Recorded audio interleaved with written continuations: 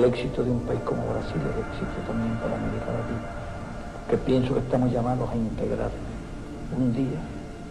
Quizás Brasil necesite menos la integración de otros países pequeños, pero para Brasil, a pesar de su tamaño, de su dimensión y de su población, se vería extraordinariamente beneficiado por la integración de América Latina. Defendemos la idea de la integración, esperamos que un día sea realidad. Entre otras cosas, cuando tenemos otra alternativa histórica y cuando hablamos de una América Latina unida y integrada, pensamos en Brasil. No concebimos el éxito de América Latina sin el éxito de Brasil, no concebimos el desarrollo de América Latina sin el desarrollo de Brasil, y no concebimos la integración de América Latina sin la integración de Brasil dentro de América Latina. Eu gostaria de saudar todos os companheiros que comparecem a esse encontro, que eu particularmente presencio uma reunião da importância dessa realizada no Brasil, juntando setores extremamente importantes dos partidos democráticos e de esquerda do nosso continente. Nós iremos discutir, como primeiro ponto, as alterações na ordem internacional e o seu significado para a América Latina e Caribe. Depois iremos discutir balanço das lutas pela democracia e pelo socialismo na América Latina e Caribe. Depois iremos discutir problemas estratégicos da luta pelo socialismo na América Latina e Caribe. Iremos a melhor fórmula pela qual iremos tirar algumas conclusões para que possa nortear daqui para frente a atuação dos setores da esquerda da América Latina y do Caribe. Hemos entrado ya en contacto con algunos centros de estudios de Panamá, de Colombia, de Ecuador, de Uruguay, de Argentina, de Chile, de Cuba. Un proyecto en el cual no es aventurado pensar desde el punto de vista político en una asociación de estados latinoamericanos. ¿Por qué no pensar en eso? Me han honrado con sentarse esta noche a oír estas ideas de un soldado, de un latinoamericano entregado de lleno y para siempre a la causa de la revolución de esta América nuestra. Un inmenso abrazo bolivariano para todos ustedes.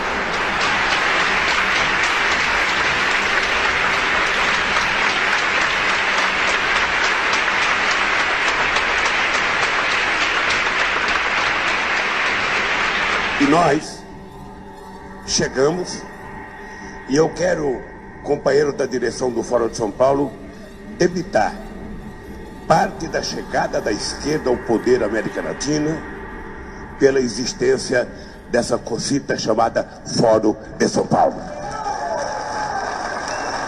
São Paulo foi fundado em 1990 por Lula, Fidel Castro e Frei Beto. A ideia parece que foi do Frei Beto, que passou por Lula, que passou por Fidel Castro, que adorou a ideia.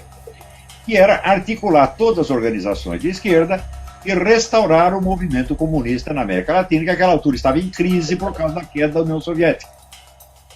Quando passaram, no 15º aniversário do Foro de São Paulo, o Foro de São Paulo já tinha mais de 200 organizações que pertenciam a ele, entre as quais tinha partidos políticos legais, organizações terroristas, narcotraficantes, tudo misturado, tá certo? Numa suruba política dos demônios, né?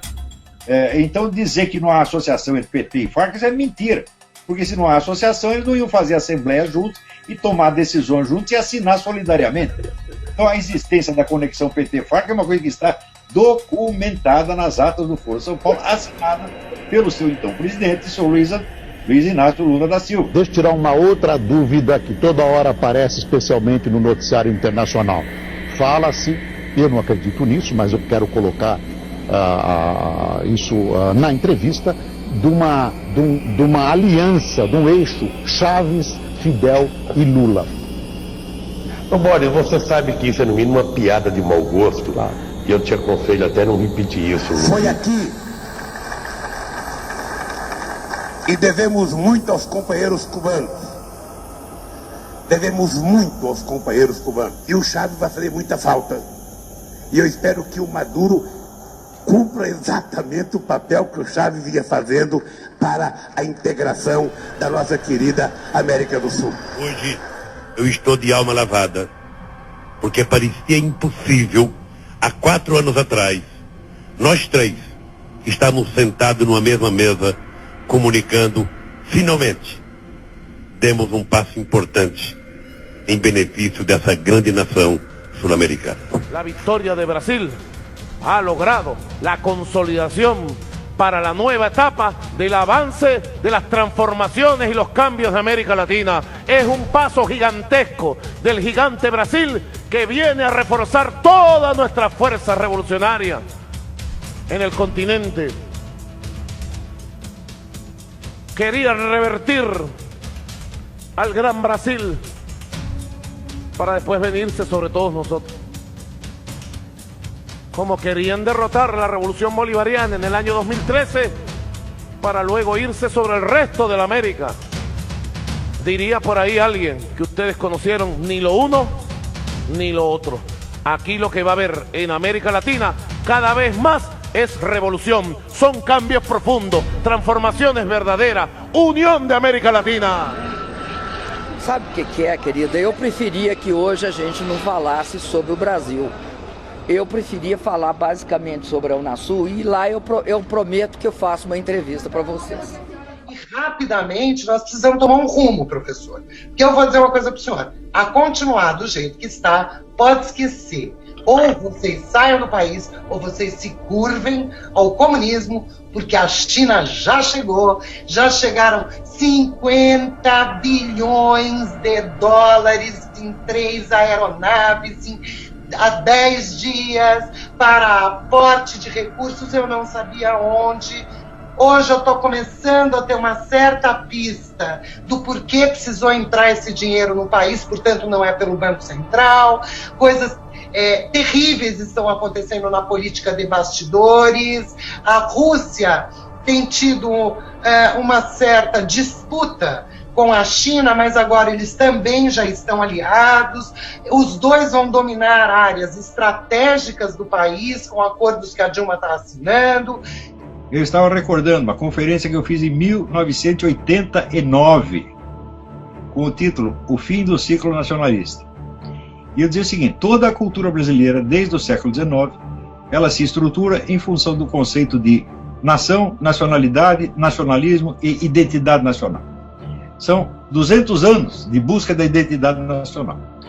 E acontece que, por uma infelicidade, esse país começa a se projetar no mundo no instante em que a época da formação das nacionalidades já acabou e nós estamos vendo a formação de grandes blocos regionais para suprimir as soberanias nacionais e integrar no futuro utópico o governo mundial. Então é a mesma coisa dizer, o nacionalismo brasileiro chegou tarde e nós estamos com um problema. Então, tudo em volta vai nos sufocar e nós temos que usar muita inteligência para ver, nesta época onde tudo está nos cercando para abafar a nacionalidade, conseguir nos sair mais ou menos bem no meio disso. Então precisa muita criatividade, precisa muita audácia, precisa muita inventividade. E bom, eu falei isso em 89. Agora nós estamos vendo a pátria grande se formando e estamos vendo a Rússia e a China comprando o Brasil. Então, quer dizer, nós estamos sendo integrados num bloco regional sem ser consultados e sem que a maioria tenha sequer consciência disso. Enquanto isso, estávamos se preocupando, vamos dizer, com os Estados Unidos. Com aquelas coisas, os Estados Unidos vão invadir a Venezuela, os Estados Unidos vão invadir o Acre. Tem muito milico que acredita nisso. Olha, a política americana na América Latina se caracteriza há mais de 20 anos pela total ausência.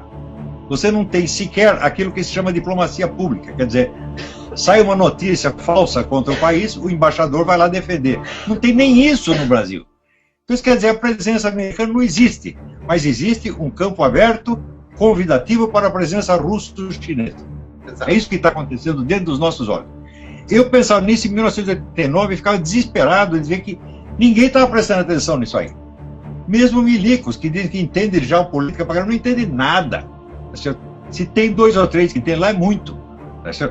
E então nós vemos o país inerme, diante de esquemas multinacionais absolutamente incontroláveis, e a gente aqui tentando clamar por intervenção militar ou por impeachment. E eu acho que tudo isso, intervenção militar, impeachment, todo objetivo focal que você puser agora está errado. O que nós temos que fazer é o seguinte: deslegitimar o establishment inteiro. Então, ao pessoal que é anti-intervencionista, eu digo, tá bem, você não quer intervenção militar, então você faça um movimento popular para deslegitimar o establishment, para isolá-lo, para que ele não seja reconhecido como governo. E daí você já criou um princípio de uma nova legitimidade e de uma nova legalidade. E para os intervencionistas, eu digo, você quer uma intervenção militar? Então, sabe o que você faz? Você pare de falar nisso e incentiva o movimento popular para criar uma situação que deslegitime o establishment, tá certo? E daí os milicos irão em sua ajuda. Então, pare de clamar por intervenção militar para os civis, que é o que você está fazendo, e fale com os militares. E com os civis você ajuda o movimento civil. Então, essas coisas convergem. Mas no Brasil, todo mundo pensa, as pessoas não pensam estrategicamente, nem dialeticamente, pensam doutrinariamente, em termos de contra e a favor. Elas pensam assim, o que eu quero, o que eu gosto, o que eu amo e o que eu detesto. Eu digo assim, não vai. Você está tratando a coisa numa clave puramente de preferência emocional. Né? E, nesta hora, é urgentíssimo você ser muito inteligente, muito calmo, tá certo? E muito realista. E tentar, sobretudo, fazer as coisas convergirem e não divergirem em discussões idiotas. Você é contra ou a favor da intervenção militar? Digo, bom, você pega um cara não intervencionista e digo, olha, a situação se agrava, o PT consolida o poder, daí vem os milicos e derruba os caras. Você vai ser contra? Não, ninguém vai ser contra. Não. Você pega um intervencionista e diz, olha, você quer intervenção militar? Quer. Vamos supor que a intervenção militar não aconteça. O povo se reúne, faz uma intervenção civil, derruba esses caras. Você vai ser contra? Não. Então, vocês estão falando a mesma coisa. Quando mudaram a capital para Brasília, o efeito foi exatamente esse, deixar o establishment inatingível. Isso. Para que eles possam resolver tudo entre eles sem que ninguém no país nem saiba o que eles estão decidindo. Tá certo? Então, foi uma hierarquização fora do comum. E a diferença de governo e povo estava assim, ficou assim. Né? Então, ficou tudo difícil. Qual é a solução? Ignorar Brasília, virar as costas, dizer nós não os reconhecemos, nós não os obedecemos, nós não queremos ouvir vocês. Nós estamos criando um novo Brasil, uma nova política brasileira, a partir das raízes na sociedade, a partir da transparência e do discurso franco. Eu acho que o panelaço é a maior invenção. A coisa mais eficaz que tem no país é o panelaço. Não deixa falar mais. Não deixe falar, não obedeça, não reconheça. Você diz, senhora presidente é o caralho. Você é uma usurpadora, você foi eleito por uma invenção, numa eleição com apuração secreta. Você sabe quem inventou a apuração secreta? Foi Andrei Vichinsky, que era o interventor soviético na Látvia. Chegou lá, fez uma eleição com apuração secreta para impor o regime. É uma invenção comunista que os caras estão aplicando no Brasil. E todo mundo aceitou. Todo mundo aceitou. Quer dizer, agora, se você aceita isso, bom, o resto você vai ter que engolir também. Então, não aceitamos, você não é que nós queremos o seu impeachment, você nunca foi presidente. Né? Você foi eleita por fraude, não interessa se roubaram 2 votos aqui ou 2 votos ali, a apuração secreta em si é fraude. Ela nega a condição de transparência, que é a condição básica do exercício do voto democrático. Então, não houve eleição, houve uma fraude monstruosa. Então, não adianta você dizer que houve fraude e continuar chamando de presidente. Se ela aparecer na minha frente, o presidente é o caralho, você não é presidente de coisa nenhuma. Você é um usurpador, você é uma ladra, sai daqui. Nós temos que mostrar o nosso total e profundo desprezo a essa gente. Agora, se nós queremos um ritual democrático, um ritual institucional, etc., bom, então nós vamos cair de novo na mesma armadilha. Nós temos que criar novas instituições, desde já, a partir da convivência popular, dos debates na rua, na escola, na igreja. O que nós estamos vendo, Denise, é a Revolução Brasileira. É a famosa Revolução Brasileira, que a esquerda tanto dizia que queria, só que agora não quer mais. Porque agora quem está no poder é ela. Vocês querem conquista melhor do que numa campanha neste país a gente não ter nenhum candidato de direita? Começou a melhorar já comigo e com o Fernando Henrique Cardoso. Já foi um nível elevado. Depois eu e Serra também. Depois eu baixou o nível por conta dele e não por minha conta. Mas agora, se tivesse apresentando os candidatos que eu estou vendo aí, vai ser uma coisa inédita neste país. Se tiver 4 ou 5 candidatos, é todo do espectro de esquerda. Uns podem não ser mais tão à esquerda quanto era, mas não tem problema. A história e a origem dão credibilidade, sabe, para o presente das pessoas. Essa eu acho que é uma conquista que nós precisaríamos aprender a valorizar. Porque era inimaginável até outro dia que nós chegássemos a esse momento do Brasil. Não ter um candidato que represente a direita. É fantástico. Então você vê um povo inteiro se levantando contra o establishment, a esquerda, que dizia ser a porta-voz da Revolução Brasileira, agora ela é o establishment e tenta sufocar a Revolução, invertendo o vocabulário, dizendo que nós somos os fascistas, nós somos os elitistas. Você vê um país que tem 90% de elite e 10% de povo?